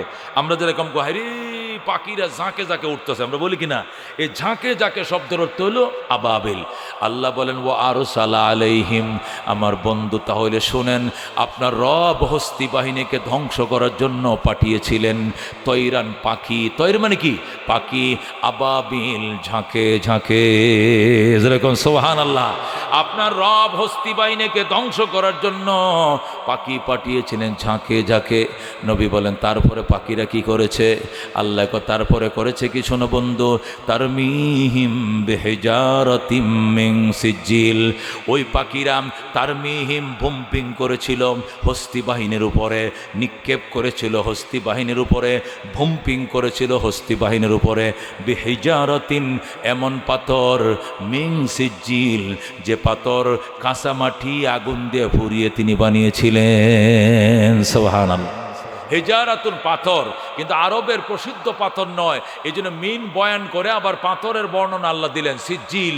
এটি পাথর আরবের গতানুগতিক পাথর নয়, আরবের যে জাতি পাথর, খনিজের যে পাথর আছে ওই পাথরগুলো নয়। ওই পাথর মূলত মাটির তৈরি, মাটি দিয়ে ফেরেশতা দিয়ে গুলগুল্লে বানাইছে, গুলগুল করে মার্বেলের মতো কোটি কোটি পাথর আল্লাহ ফেরেশতা দিয়ে একটা কারখানায় তৈরি করেছে। এরপর আরেক কারখানা নিয়ে এই পাথরের এফিড ওফিড নাম লেগেছে। কোন পাখি কোন পাথর বহন করবে, কার কোন দুশ্মনের গায়ে কোন পাথর নিক্ষেপ করবে, এই পাশে পাখির নাম, ওই পাশে দুশ্মনের নাম। আল্লাহু আকবার। কাঁচা মাটি আগুন দিয়া পুরাইলে যখন পাথরের মতো শক্ত হয়ে যায়, এটিকে আরবিতে বলে সিজিল। যেরকম আল্লাহু আকবার। আল্লাহ বলেন, তারমিহিম বিহিজারাতিম মিন সিজিল, নিক্ষেপ করেছেন আপনার রব ওই হস্তি বাহিনীর উপরে ওই পাখি দিয়া এমন পাথর যেটি কাঁচা মাটি দিয়া আগুন দিয়ে ফোরানোর উপরে তৈরি করা। আরবিতে সিজিল বলা হয়, উর্দুতে টিকরি বলা হয়। ওই যে হুক্কা খাইতো আগের দিনে, হুক্কার কলখির মধ্যে তামাকের নিচে যেটা গুলগুল্লে বানায় দিত, এটাকে টিকরি বলে, ওইটারে আরবিতে বলা হয় সিজিল। আল্লাহু আকবার। এটা পাথর নয়, এটা মার্বল নয়, এটা মাটি দিয়ে বানায়। কতক্ষণ ঠিক কিনা? কাঁচা মাটি দিয়ে গুলগুল্লে বানাইয়া ওই কলকির মুখে দিত, এরপরে কলকির উপরে তামুক দিত, এরপরে টিক্কাটা দিত, টিক্কার আগুন তামুক দিয়ে ফুরাইয়া ওই টিকরির ফাঁক দিয়া নারকেলের ভিতরে আইত, নারকেলের ছিদ্র দেয়া ফ্রোঁত ফ্রোঁত করে টানতো উক্ষা। কতক্ষণ ঠিক কিনা? এ 2 আঙ্গুল্লা টানার আগে আগে উক্ষাইয়া ছিল। কতক্ষণ ঠিক কিনা? ওই হুক্কা খাওয়ার দৃশ্য যারা দেখছেন, ওই হুক্কা যারা খাইছেন দৃশ্য দেখছেন, ওই মুরব্বীরা বলতে পারবেন টিকরি কারে কয়। ওটা বলো কলকির মুখের মধ্যে শুরু করে মাটি দিয়ে, কাঁচা মাটি দিয়ে রাইখা ওখানে দিয়ে রাখতো। এটা 2 একবার ওই তামকের আগুনের হিটে পুড়তে পুড়তে পাথরের মতো শক্ত হয়ে যেত। ওই মাটি পুরা পাথরকেই সিজিল বলা হয়। আল্লাহু আকবার। আল্লাহ রাব্বুল আলামিন ডাক দেখো বন্ধু, তারমিহিম নিক্ষেপ করতো ওই পাখিরা হস্তি বাহিনীর উপরে বিহিজারাতিন এমন পাথর, মিন সিজিল যে পাথরগুলো কাঁচা মাটি পুরায় আল্লাহ তৈরি করেছেন। নবী কই এরপরে কি হয়েছে? এবার আল্লাহ বলেন, ফাজালাহুম কাসফিম মাকুল, ফলে করে দিয়েছেন আপনার রব সেই হস্তি বাহিনীকে কাসফিন মাকুলিন, কর্তিত ঘাসের মতো। আসফুন মাকুলুন বলা হয় কর্তিত ঘাস। যে সমস্ত ঘাস কাঁচি দিয়া কাটে এই ঘাস নয়। কাঁচি দিয়া কাটলে যত ছোট করে কাটো তবু তো লম্বা হবে, 1 গিরা হইলে লম্বা হবে, এর চেয়ে ছোট হবে না। কারণ গাছটাকে 2 হাতে ধরে এরপরে মাঝখানে ফোঁস দিতে হবে, এখানেও জায়গা রাখতে হয়, নাহলে আঙ্গুলে ফোঁস পড়ে যাবে। এই জন্য কাঁচি দিয়া কাটলে গাছ ছোট হয় না। এখানে কর্তিত ঘাস বলতে মুফাসসির মুফাসসিরিন কারাম বলেন গরুদেরকে যখন খের দেয়, মহিষরা যখন খের দেয় সানির মধ্যে, মহিষরা গালের মধ্যে খের লয়, লয়ে সাবায়, দাঁড়ায় থেকে সাবাইতে সাবাইতে এরপরে শুয়ে পড়ে, শুয়া শুয়া সাবাইয়া সাবাইয়া যতক্ষণ রস থাকে এতক্ষণ বুড়ারা যেরকম ফান সাবায়, গরু মহিষও খের সাবায়, কতক্ষণ ঠিক কিনা। সাবাইতে সাবাইতে সাবাইতে যখন ভুসির মতো হয়ে যায়, পাউডারের মতো হয়ে যায়, এই কেরের মধ্যে আর কোনো রস না থাকে, তখন এগুলো ছেড়ে দেয়, এগুলো গোয়াল ঘরের বিভিন্ন জায়গায় পড়ে থাকে। ওই বুসির মতো করের কণাগুলোকে আরবিতে বলা হয় আসফুন মাকুলুন। যেরকম সুবহানাল্লাহ। আল্লাহ বলেন ফাজালাহুম কাসফিম মাকুল, ফলে করে দিলেন আপনার রব ওই হস্তি বাহিনীকে কর্তিত ঘাসের মতো। যেরকম আল্লাহু আকবার। এই ছিল সূরার অনুবাদ।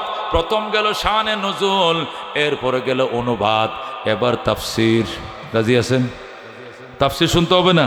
যেটা তাফসীরুল কোরআন মাহফিল আসলটাই তো রয়েছে, কতক্ষণ ঠিকই না। এতক্ষণ তো শানে নজুল বললাম, এরপরে শানে মেওয়াজ সাহেব বললাম, এরপরে তরজমা হয়েছে, কতক্ষণ ঠিক কিনা। এখন শুরু হয়েছে তাফসীর।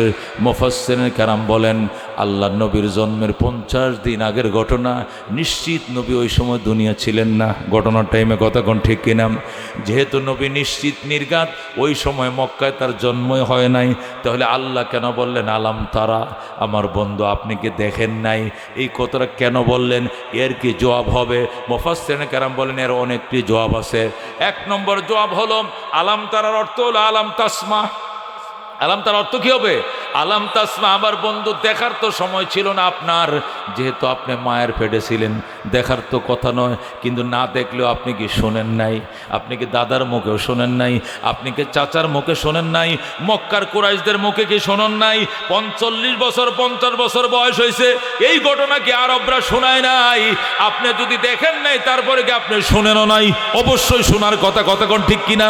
একটা দুর্ঘটনা যদি এলাকার মধ্যে ঘটে, ওই সময় যদি আমার জন্ম নাও হয়, এরপরেও তো দুর্ঘটনা সম্পর্কে জানি। আমাদের দেশে স্বাধীনতা যুদ্ধ হয়েছে, ওই সময় আমি মায়ের পেটে ছিলাম, আমার জন্ম 73-এ, স্বাধীনতা যুদ্ধ হয়েছে 71-এ, কিন্তু এরপরে তো জানছি সব, কতক্ষণ ঠিক কিনা। পড়ছি, মুখে শুনছি, জানছি। এখন স্বাধীনতা যুদ্ধের গল্প বলাইলে আমি 2-4 ঘন্টা বলতে পারবো, কতক্ষণ ঠিক কিনা। এই জন্য আল্লাহ ডাক দেখো আলাম তারাম, আমার বন্ধু আপনি কি দেখেন নাই?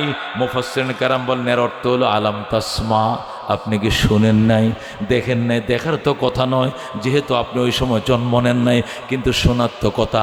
সুতরাং এখানে আলাম তারার অর্থ হবে আলাম তাসমা। আলাম তার অর্থ কি হবে? আলাম তাসমা, আমার বন্ধু আপনি কি শুনেন নাই? কিন্তু অধিকাংশ মুফাসসিরিন কেরাম বলেন এই তাফসীরটা আমরা মানতে পারি না। যদি আলাম তারার অর্থ আলাম তাসমা হয়, তাহলে কোরআনের মধ্যে আলাম তাসমাই আল্লাহ বলতো আলাম তাসমা কাইফা ফাআলা রাব্বুকা বিআসহাবিল ফিল আলাম ইয়াজআল কাইদাহুম ফি তাদলিল। তাহলে আলাম তাসমা না বলে আবার আলাম তারা বললো কেন? এই জন্য অধিকাংশ মুফাসসিরিন কেরাম বলেন এইটার একটা রহস্য আছে, কেন আল্লাহ তার বন্ধুকে আলাম তারা বলে সম্বোধন করলেন। এইটার রহস্য খুঁজতে খুঁজতে খুঁজতে নবীজির হাদিস তারা খুঁজে পাইছে। আল্লাহু আকবার। আল্লাহর হাবিবের হাদিস, মক্কা নগরের ঘটনা, রহমতুল্লিল আলমিনের কলিজার টুকরা সাহাবী আবু বকরের মেয়ে হজরতে আসমার ঘটনা দিয়ে হাদিস আসছে। আল্লাহু আকবার। হজরতে আসমা বলেন আমি আয়েশার থেকে 10 বছরের বড় ছিলাম, আয়েশা আমার 10 বছরের ছোট। আয়েশা যখন কুলে, তখন আমি ছিলাম বিয়ার লায়ক, আমি তো বয়স হয়ে গেছে। আমার ঘরে অনেক ভিক্ষুকরা আসতো ভিক্ষা নেওয়ার জন্য।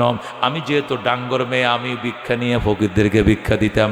আরেকদিন যখন আমার ঘরের দুয়ারে একজন ফকির আসলো, আমি তখন দেখলাম লোকটা হাঁটতে পারে না, পা ভাঙ্গা, একটা চোখে দেখে আর একটা দিয়ে দেখে না, এক হাত দিয়ে ধরতে পারে, এক হাত দিয়ে ধরতে পারে না, মাথার চুলের মতো কুচকুচে কালো, আরবি ভাষাও ভালো করে বলতে পারে না। তখন আমি তারে আটকাইলাম, বললাম বাবা ডেলি আপনাকে ভিক্ষা করতে আসতে দেখি, অথচ একটা ফকির এক মহল্লায় বিশুদ্ধবারে আসলে পরের বিশুদ্ধবার আরেকবার আসে, প্রতিদিন তো এক মহল্লায় ফকির আসে না, কিন্তু আপনি সপ্তাহে 7 দিন আমগো মহল্লা আসেন, তার কারণ কি? বাজান আপনার হাত ভাঙ্গা কারণ কি? আপনার চোখ কানা কারণ কি? আপনার একটা পা দিয়ে টাইনে হাঁটেন, হেসরায় পড়েন, তার কারণ কি? চাচা আপনার ভাষা আরবি ভাষা নয়, আপনার ভাষা আফ্রিকানের মতো মনে হয়, আপনার চেহারাও নিগ্রুর মতো, আবেশিনিয়া ইথিওপিয়ার মতো মনে হয়, তার কারণ কি? এই কথা যখন হযরতে আসমা জিজ্ঞাসা করলাম, আসমা বলেন জিজ্ঞাসা করার সাথে সাথে হাউমাউ করে লোকটা কাঁদতে শুরু করলো। ডাক দেখো মারে, আমার কেন এই অবস্থা, কিভাবে হলো আমার এই অবস্থা? এই কথা যদি বলতে যাই মা তুমি বুঝবা না, তোমার এই জ্ঞান হয় নাই, এই ঘটনা বোঝার জন্য তোমার আব্বাকে সামনে রাখতে হবে। আসমা বলে অসুবিধা নেই, আপনি খানা খান, ভাত খান, আমার আব্বা নামাজ পড়ে আসতেছে। কিছুক্ষণ পর আবু বকর আসছে। আসমা বলে আব্বা জান এই লোকটাকে একটু জিজ্ঞাসা করো বাড়ি কই। ডেলি ভিক্ষা করতে আমগো বাড়িতে আসে, ভিক্ষা দিতে আমাদের কোনো অসুবিধা নাই। আবু বকর কো আসুক, ডেলি আসলে ডেলি ভিক্ষা দিবাম, গরিবরে ফেরত দিতে নবী নিষেধ করছেন। দাও ও আম্মা সাইলা ফালা তানহার, ভিক্ষুককে কোনোদিন খালি হাত ফেরত দিও না, ধমক দিও না, ভিক্ষা দেওয়া অসুবিধা কি? আসমা বলেন বাবা ভিক্ষা দিতে অসুবিধা নেই, তবে আমার প্রশ্ন লোকটা তো আরবের মতো মনে হয় না। আমার মনে কৌতূহল, লোকটা আরবি ভাষাও জানে না, দেখতে আফ্রিকানের মতো দেখা যায়, নিগ্রো আবেশিনী ইথিওপিয়ার মতো দেখা যায়, তাছাড়া লোকটা যুদ্ধাহতর মতো মনে হয়, হাত পা এক একটা অঙ্গ ভাঙ্গা। আমি এই বিষয়টা আমার প্রশ্ন ছিল, জানতে চাইলে সে বলছে আপনি ছাড়া বুঝবো না, এই জন্য আপনার অপেক্ষায় ছিলাম, এবার আব্বুর সামনে বলেন। যখন আবু বকর বলে বলো বাবা কি হয়েছে, তোমার ঘটনা, কবে আসছো তুমি সৌদি আরবে বলো। লোকটা কাঁদতে শুরু করছে। আবু বকর ঘটনা বললে হয়তো তুমি বুঝবা, কিন্তু নিরাপত্তা পাবো কিনা এই নিয়ে শঙ্কিত, এই জন্য রসুলের দরবারে চলো, নবীজির উপস্থিতি ছাড়া আমি গোড়া ঘটনা বলবো না। আল্লাহু আকবার। হযরত আসমা বলেন আমিও বুরকা বললাম, বাবাও গেল, আমিও গেলাম নবীজির দরবারে। এরপরে বুড়াকে আল্লাহর হাবিবের সামনে নিয়ে জিজ্ঞাসা করলাম, বলো বাবা তুমি কোত্থেকে আসছো, কিভাবে আসছো, কি তোমার পরিচয়, কোথায় তোমার ঘর, কোথায় তোমার বাড়ি? আল্লাহর হাবিব বলেন চাচা বলেন কি হয়েছে আপনার ঘটনা? আল্লাহু আকবার। বুড়া ডাক দেয় নবী গো, আমি কবে আসছি, কিভাবে আসছি, কোত্থেকে আসছি, এই ঘটনা বললে আপনি হয়তো অবাক হয়ে যাবেন। আমি আগে আপনার থেকে নিরাপত্তা চাই।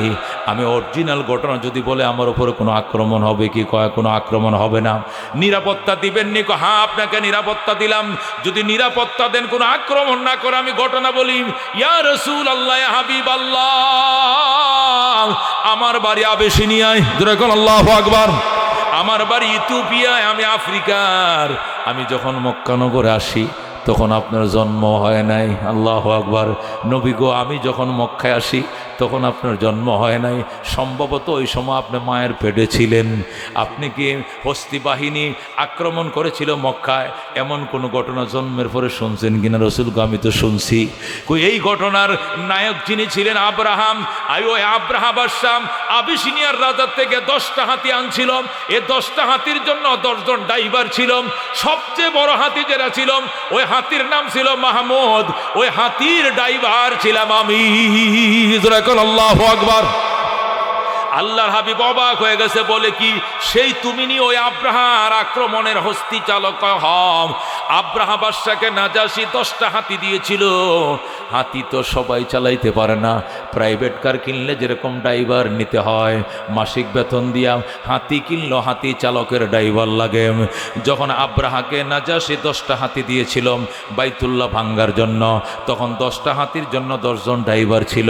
ওই 10টা হাতির মধ্যে সম্মুখ পানে যে হাতিরা থাকতো, যেটাকে মাহমুদ বলা হতো, ওই হাতির চালক ছিলাম আমি, ওই হাতির ড্রাইভার ছিলাম আমি। আমাকে নিয়ে যখন নাজাশী রওনা করলাম, সেখান থেকে আমি আব্রাহার কাছে আসলাম। আব্রাহা নিয়ে রওনা করলো, মক্কার কিনারে আসলাম। আমরা প্রথম জানতাম না আমাদেরকে কোথায় নিয়ে যাচ্ছেন। যখন আমরা ওয়াদিয়ে মুহাসসার পর্যন্ত আসলাম, ইয়া রাসূল আল্লাহ, ইয়া হাবিব আল্লাহ, আব্রাহার নেতৃত্বে যখন ওয়াদিয়ে মুহাসসার পর্যন্ত আসলাম, আসার পরে হাতির উপর আঘাত করি, চাবুক মারি।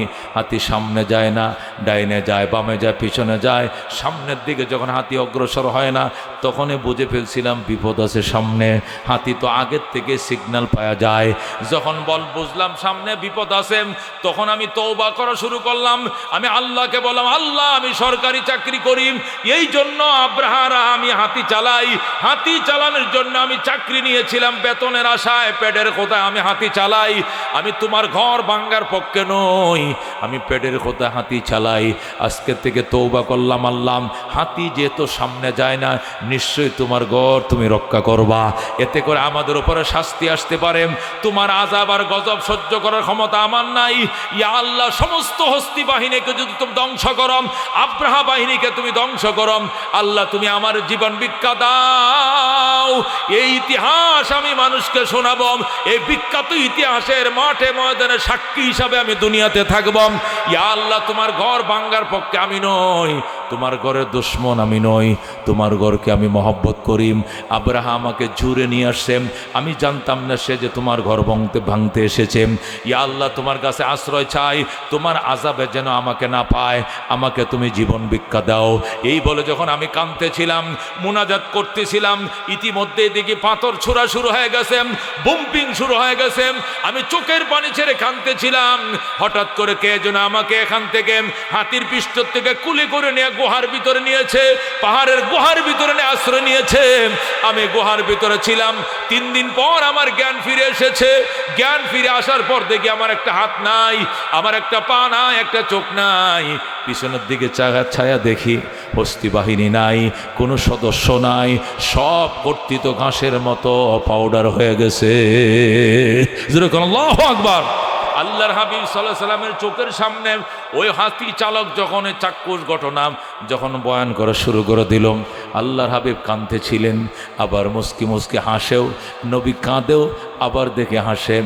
আবু বকর বলে, কেন গো রাসূল, এই দৃশ্য তো জীবনেও দেখি নাই, কতক্ষণ হাসেন কতক্ষণ আবার কাঁদেন। আল্লাহর হাবিব আবু বকর রে, আমার জীবনে প্রশ্ন একটাই ছিল, যে ঘটনার টাইমে আমি জন্ম লই নাই, এই ঘটনার বর্ণনা দিতে গিয়ে আল্লাহ কেন আমাকে বলছিলেন আলাম তারা? এই প্রশ্নের উত্তর আল্লাহ আমাকে 51 বছর বয়সে দান করেছেন। আল্লাহু আকবার। আল্লাহ আমাকে কেন বলেছেন আলাম তারা? আমার বন্ধু, আপনি কি দেখেন নাই? আমি কেমনে দেখবো? ওই সময় তো আমার জন্মই হয় নাই, দেখবো কেমনে? এই প্রশ্নের উত্তর জীবনেও আমি খুঁজে পাই নাই। আজকে সেই প্রশ্নের উত্তর আমি পাইছি। যদিও ঘটনা আমি দেখি নাই, ঘটনার সাথে চাক্ষুষ যিনি জড়িত ছিল তার মুখে বিদ্যমান ঘটনার বর্ণনা শুনেছি। সুতরাং না দেখলেও আমার দেখার বাকি নাই। এই জন্য আল্লাহ আমাকে আলাম তারা বলে সম্বোধন করেছেন। জোরে কোন সুবহানাল্লাহ।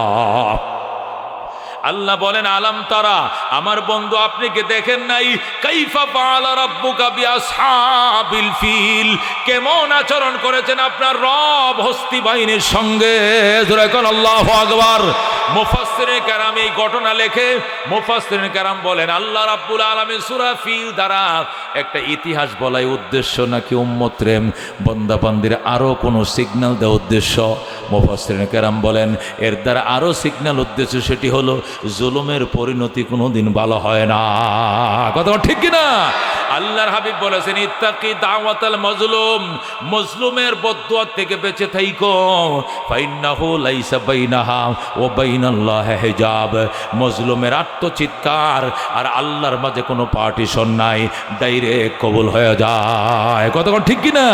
আল্লাহর হাবিব বলেছেন, ইত্তাকি দাওয়াতাল মাজলুম ওয়া যুলমু যুলমাতু ইয়াউমাল কিয়ামা, মজলুমের বদদুয়া থেকে বাইশো, জুলুম করিও না, জুলুম অন্ধকারে আচ্ছন্ন করে ফেলবে কিয়ামতের দিনে। সুতরাং এই আয়াতে কারিমার দ্বারা আল্লাহ বুঝাইছেন, এক বাইতুল্লাহ নয়, হাজার হাজার বাইতুল্লাহ শাখা দুনিয়াতে আছে। কখনো যদি কোনো জালেম, কখনো যদি কোনো অত্যাচারী মসজিদ ভাঙ্গার জন্য, মাদ্রাসা ভাঙ্গার জন্য, আলেম ওলামা দ্বীনের ক্ষতি সাধন করার জন্য কোনো জালেম যদি মাথা ছাড়া দিয়ে দেয়, এই মাথা ছাড়া সাময়িক, এটা কোনো দিন স্থায়ীভাবে নয়। কতক্ষণ ঠিক কিনা? আল্লাহর ঘর বাইতুল্লাহকে রক্ষা করার জন্য আল্লাহ রাব্বুল আলামিন যেভাবে হস্তি বাহিনীকে ধ্বংস করার জন্য আবাবিল পাখি পাঠাইছেন, মুসলমানদের পুরাতন কেবলা বাইতুল মুকাদ্দাসকে রক্ষা করার জন্য আল্লাহ হামাস বাহিনী পাঠাইছে। কথা কোন ঠিক কিনা? 3.5 লক্ষ ইহুদি ও মুসলমান অত্যাধুনিক মার্কাবা ট্যাঙ্ক নিয়ে, সাজোয়া যান নিয়ে স্থলপথ দিয়ে আক্রমণ করেছে। আবার কামান দিয়া সাগরের জাহাজ, যুদ্ধ জাহাজ থেকে আক্রমণ করে। আবার অ্যাপাচি কপ্টার দিয়া, অত্যাধুনিক কপ্টার দিয়া উপর থেকে বোম্পিং করে। 3.5 লক্ষ সৈন্য, 42 কিলোমিটার লম্বা একটা দেশ, মাত্র 10 কিলোমিটার প্রস্থ, 42 কিলোমিটার লম্বা এই ছোট্ট একটা স্টেটের মধ্যে প্রায় 22 লাখের মতো মানুষের বসবাস। এটিকে 4 দিক থেকে বেষ্টন করে বৃষ্টির মতো যখন বোম্পিং শুরু করে দিয়েছে, তখন আর কিছু করে নাই, শুধু আল্লাহু আকবার করে ছোট ছোট কামান দিয়ে গুলি করতো। এক একটা কামানের খরচ বাংলা টাকায় মাত্র 35,000 টাকা। এক একটা কামান দিয়াম বাংলা টাকায় 35 কোটি মার্কিন ডলার দেখি না, এক একটা মার্কাবা ট্যাঙ্কে পাউডারের মতো উড়াইয়া দিত। এখন আল্লাহু আকবার। 143টা ট্যাঙ্ক যখন উড়িয়ে দেয়, তখন ইহুদির জাত এ মাগদুবি আলাইহিম অভিশপ্ত জাতের খান খাড়া হয়, কয় হাইরি হবে না, আমাদের যাদেরকে আর অপহরণ করছে এমনি ছুটে আনা যাবে না, সিলিন্ডার কর, যুদ্ধবিরতি দে, এদের পায়ে পর সিলিন্ডার কর, স্বাক্ষর দে, এছাড়া এরা আমাদের সামনে নথি স্বীকার করবে না, আমাদের যাদেরকে অপহরণ করে নিয়েছে এদেরকে ছাড়বেও না। কথা কোন ঠিক কিনা? আমেরিকায় এক সপ্তাহের মধ্যে কে বুঝে লাইছে, আমেরিকা কিন্তু প্রথম বলছিল মার সপ্তাহের ভিতরে উড়াইয়া দিবেন। যখন দেখছে অবকাঠামো 70% ধ্বংস করার পরেও একটা হামাসকে সিলিন্ডার করাইতে পারে নাই, এরপরে আমেরিকায় কয় না সমঝোতা এসে যাও, না ঠেলার নাম বাবাজি, বেঈমানরা শক্তের বক্ত নরমের জম। কতক্ষণ ঠিক কিনা? তাড়াতাড়ি আমেরিকার লেজ ঘুরানো শুরু করছে। এবার কাতার রে কয় কাতার তুই বৈঠক বো, আমি আইতেছি। কাতার রে তেল মারে কয় দোস্ত তুই বৈঠক বসা, আমি আসতেছি। চীন রে কয় তুই বৈঠক বসা, আমি আসতেছি। চীনে বসছে বৈঠক, কাতারে বসতে বৈঠক, সৌদির জিদ্দায় বসতে বৈঠক, রিয়াদে বসতে বৈঠক। আরবরা যখন এক সুরে কথা বলা শুরু করছে, বেঈমানরা আস্তে আস্তে লেজ গোটানো শুরু করছে। বাজানরে 10টা কারণে বাইতুল মুকাদ্দাসকে ধ্বংস সম্ভব নয়, ফিলিস্তিনকে ধ্বংস করা সম্ভব না। 10টা কারণে। 1 নম্বর কারণ, জাতির পিতা ইব্রাহিম আলাইহিস সালাম নবীদের গার্জিয়ান সেখানে শুয়ে রয়েছে। কথা কোন ঠিক কিনা? 10,000 নবীর কবর বাইতুল মুকাদ্দাসে। 2 নম্বর তত্ত্ব, 10,000 নবীর কবর বাইতুল মুকাদ্দাসে। কথা কোন ঠিক কিনা? 3 নম্বর, মুসলমানদের পুরাতন কিবলা বাইতুল মুকাদ্দাস ফিলিস্তিনে। কথা কোন ঠিক কিনা? 4 নম্বর কারণ, হযরত ঈসা মসির জন্মস্থান ফিলিস্তিনে। 5 নম্বর, সেখান থেকে তিনি চতুর্থ আকাশে গেছেন, সেখান থেকে আবার তিনি এখানে আসবেন। হযরতে মরিয়ম যার সাথে আল্লাহর হাবিব সাল্লাল্লাহু আলাইহি সাথে আল্লাহ তার নিজে উকিল সেজেন, হযরতে মুহাম্মদুর রাসূলুল্লাহর সাথে মরিয়মকে আল্লাহ নিজেই বিয়ে দেবেন, সেই মরিয়ম শুয়ে রয়েছে বাইতুল মুকাদ্দাসে। কথা কোন ঠিক কিনা? ও মুসলমান, বাইতুল্লাহ হজ করার জন্য 12 থেকে 12,500 নবী মক্কায় গেছেন। 12 থেকে 12,500 নবী জীবনে মক্কা গেছেন। এর চেয়ে বেশি লোক মক্কায়, নবীরা মক্কায় যায় নাই। কিন্তু আমার নবীর পিছনে জামাতে নামাজ পড়ার জন্য মেরাজের রাত্রে 100 লক্ষ নবী বাইতুল মুকাদ্দাসে এসেছে। কতক্ষণ ঠিক কিনা?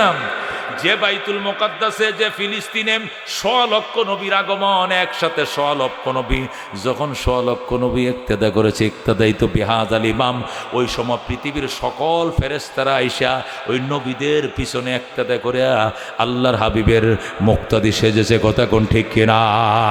সবচেয়ে বড় কথা, ময়দানে মাশর যখন হবে, আল্লাহ বলেন ইয়াউমা তুবাদদালুল আরদু গায়রাল আরদি ওয়াস সামাওয়াতু ওয়া বারাজু লিল্লাহিল ওয়াহিদুল কাহার।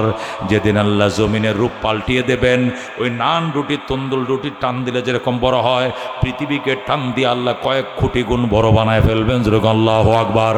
পুরা পৃথিবীটা হবে প্যান্ডেল, ময়দানে হাসরের প্যান্ডেল। আর স্টেজ বানানোর জন্য সেই বাইতুল মুকাদ্দাসের, আল্লাহু আকবার, এখান থেকে লয়াম আরাফার ময়দান পর্যন্ত 1,500 কিলোমিটার, এটা হবে স্টেজ। আল্লাহু আকবার। আর তামাম দুনিয়া হবে প্যান্ডেল। ওই জায়গাটা কোনোদিন বেঈমানের দখলে যাইতে পারে না। কতক্ষণ ঠিক কিনা? বাইতুল্লাহকে রক্ষা করার জন্য যদি আমার আল্লাহ আবাবিল পাখি পাঠাইতে পারে, ও মুসলমান, বাইতুল মুকাদ্দাসকে রক্ষা করার জন্য এমন হামাস বাহিনী পাঠাইছে, রাশিয়া পর্যন্ত অবাক হয়ে গেছে, চীন পর্যন্ত অবাক হয়ে গেছে, আমেরিকার তো কম্পন ধরে গেছে। ব্যাপার কি যে মার্কাবা ট্যাঙ্ক ধ্বংস করা কোনো যন্ত্র কেউ বানায় নাই, এই ট্যাঙ্ক এমনি রাইফেল দিয়া ধ্বংস করে। জোরে করে আল্লাহু আকবার। এরা এমন। আল্লাহু আকবার, আল্লাহু আকবার। এক হও, লড়াই করো দুনিয়ার মুসলিম। আল্লাহু আকবার, আল্লাহু আকবার। বন্ধুগণ, রাহমাতুল্লিল আলামিনের উম্মত, ভয় পায় না, ভয় পাওয়ার কোনো কারণ নাই। রাহমাতুল্লিল আলামিন সাল্লাল্লাহু আলাইহি সাল্লাম যখন হাদিস পড়তাম, আলামাতুস সা যখন পড়তাম মিশকাতে, তখন বলতাম হযরত ইমাম মেহেদির জন্ম মদিনায়, পরিচয় হবে মক্কায়, কিন্তু যুদ্ধের ফ্রন্ট খুলবে আইসা কোথায়? সিরিয়াতে, সিরিয়ার রাজধানী দামেস্কে। আমি তখন, আমার প্রশ্ন ছিল, আমি নিজেই পড়াইতাম মেশকাত। ওই যে আনোয়ার আইসে, আনোয়ার আমার কাছে মেশকাত পড়ছে। ওই যে আনোয়ার শাহ গাজীপুরে, সে 2 মাদ্রাসা বুখারী পড়ায়, আমার কাছে মেশকাত সানি পড়ছে। আমি তখন বলতাম ঘটনা কি? ইমামে মেহেদির জন্ম হবে মক্কায়, কুরাইশ বংশের বংশধর, হযরত হুসাইনের বংশধর মক্কা মদিনায় জন্ম নিবে, মক্কায় তোয়াফের মধ্যে সে ধরা পড়বে, কিন্তু যুদ্ধের ফ্রন্ট খুলবে দামেস্কে। তার কারণ কি? আল্লাহু আকবার। এতদিনে আমার বুঝে এসেছে, কারণ ফ্রন্টটা দামেস্কেই হবে, ফিলিস্তিনে হবে, কারণ এদের দুশ্মন ইসরায়েল তো এখানে। কথা কোন ঠিক কিনা? ইসরায়েল যেহেতু দামেস্কের পাশে, ইসরায়েল যেহেতু ফিলিস্তিনের পাশে, যেহেতু ফিলিস্তিন দখল করেন, এ দখলদার জাররা, এ দখলদার জারজরা, বিজরমার দলেরা মুসলমানের জায়গা দখল করে, তারা যেহেতু রাষ্ট্র কায়েম করেছে, তাদের জন্য তো পৃথিবীতে আল্লাহ কোনো বৈধ রাষ্ট্র দেয় নাই। কথা কোন ঠিক কিনা? আল্লাহ সূরা নিসার মধ্যে পরিষ্কার ঘোষণা করেছেন, আমলাহুম নাসিবুম মিনাল মুলকে ফাইযান লা ইউতুনান নাস নাকিরা। আল্লাহু আকবার। এই আয়াত দ্বারা ইহুদিদের জন্য, এই আয়াত দ্বারা আল্লাহ বলে দিয়েছেন, এই আয়াতের মধ্যে পৃথিবীতে রাষ্ট্র কায়েম করার জন্য বৈধ কোনো 100 জায়গা আল্লাহ তাদেরকে দেয় নাই। আল্লাহ বলছেন আমলাহুম নাসিবুম মিনাল মুলক। আল্লাহ বলেন ইহুদিদের জন্য রাজ্য কায়েম করার জন্য কোনো অংশ থাকবে না, 100 জায়গা থাকবে না। যদি তারা 100 জায়গা পায় রাষ্ট্র কায়েম করার জন্য, ফাইযান লা ইউতুনান নাস নাকিরা, তাহলে মানুষের জন্য এক চুল বরাবর জায়গা তারা রাখবে না। এরা অন্যদের জায়গা দখল করেন, মুসলমানদের জায়গা দখল করেন, তারা জবর দখলকারী হইয়া, দখলদার হইয়া মুসলমানদেরকে থাকতে দেয় না। আর আল্লাহ যদি এই জমিনে তাদেরকে রাষ্ট্র কায়েমের পারমিশন দিত, দুনিয়াতে মানুষ থাকতে দিত না। কথা কোন ঠিক কিনা? এই জন্য কথা পরিষ্কার, আল্লাহ পরিষ্কার বলে দিয়েছেন, আমলাহুম নাসিবুম মিনাল মুলকে ফাইযান লা ইউতুনান নাস নাকিরা। সূরা নিসার আয়াত নম্বর দেখে তাফসীর করে দেখে নেবেন, পরিষ্কার আল্লাহ বলে দিয়েছেন ইহুদিদের জন্য এই জমিনের উপরে রাষ্ট্র কায়েম করার জন্য 100 জায়গা আমি রাখি নাই। যদি কোথাও রাষ্ট্র কায়েম করে, তাহলে অবৈধ দখলদার হিসাবে কায়েম করবে, জারজ হিসাবে কায়েম করবে। বৈধ মালিকানা খ্রিস্টানদের জন্য আছে, আল্লাহ মুশরিকদের জন্য দিয়েছেন। বেঈমানরা হয়তো রাষ্ট্র কায়েম করবে, কিন্তু ইহুদিদের জন্য বৈধ কোনো রাষ্ট্র কায়েম করার কোনো জায়গা নাই। কথা ঠিক না? আল্লাহ পরিষ্কার বলেছেন মাগদুবি আলাইহিম, এরা অভিশপ্ত। কথা কোন ঠিক কিনা? এরা অভিশপ্ত, এমন কোনো বেয়াদবি নাই ইহুদির বাচ্চারা আমাদের নবীর সাথে করে নাই, এমন কোনো বেয়াদবি নাই হযরত মূসা আলাইহিস সালামের সাথে করতে নাই। এরা অপরাধ করেছে ইহুদিরা। আল্লাহ কওলু হিত্তাতুন, তোরা কও আল্লাহ মাফ করে দেন। আল্লাহ শিখায় দে কুলু হিত্তাতুন নাগফির লাকুম খাতায়াকুম, বলো আল্লাহ মাফ করে দেন, তুগুর গুনাহ মাফ করে দিব। হেরা কো হাব্বাতুন, আল্লাহ কো কুলু হিত্তাতুন, হেরা কো হাব্বাতুন ফি শারাতিন, কুলু হিত্তাতুন কো হিনতাতুন। হেই বেটা, হিনতাতুন কইতে কইছি, কো হাব্বাতুন। হেরা কো হিত্তাতুন, কো হিনতাতুন, কো না হিনতাতুন না, কো হাব্বাতুন।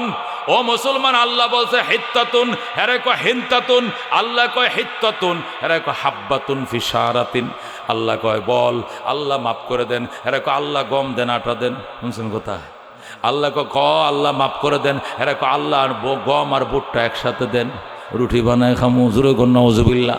এত বড় বেয়াদব, এদের মাথার 1 বিঘাত উপরে তুর পাহাড় উঠাইছে আল্লাহ, ওটায় ফালায় দিলাম।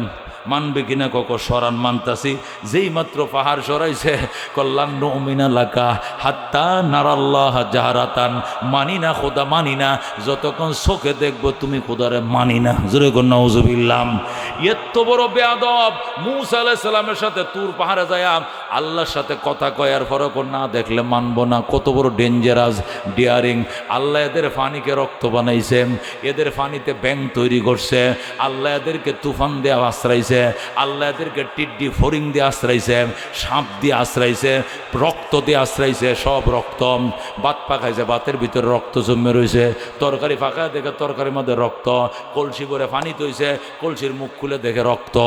এতভাবে পরীক্ষা করছে, তারপরেও ডেঞ্জারাস। এরা স্বার্থ ছাড়া কিছু বোঝে না।